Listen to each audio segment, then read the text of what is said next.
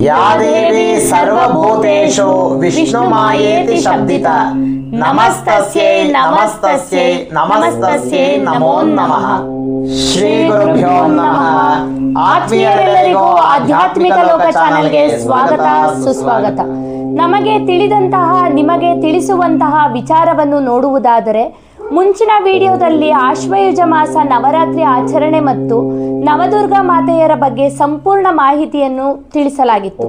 ಇನ್ನು ಮುಂಬರುವಂತಹ ವಿಚಾರವನ್ನು ನೋಡುವುದಾದರೆ, ದೀಪ ಇತಿ ಸ್ವಯಂ ಪರಚಯಿತಿ ದೀಪಃ, ಅಂದರೆ ತಾನು ಬೆಳಗಿ ಇತರರನ್ನು ಬೆಳಗಿಸುವ ಶಕ್ತಿ ಕೇವಲ ದೀಪಕ್ಕೆ ಮಾತ್ರವಿದೆ। ತಮಸೋಮ ಜ್ಯೋತಿರ್ಗಮಯ ಎಂಬ ಅರ್ಥದಂತೆ ಅಜ್ಞಾನದ ಕತ್ತಲೆಯನ್ನು ಜ್ಞಾನದ ದಿಕ್ಕಿಗೆ ನಮ್ಮನ್ನು ಕೊಂಡೊಯ್ಯುವುದೇ ದೀಪವಾಗಿದೆ। ಇದೆಲ್ಲರ ಸಂಕೇತ ದೀಪಾವಳಿ ಹಬ್ಬ।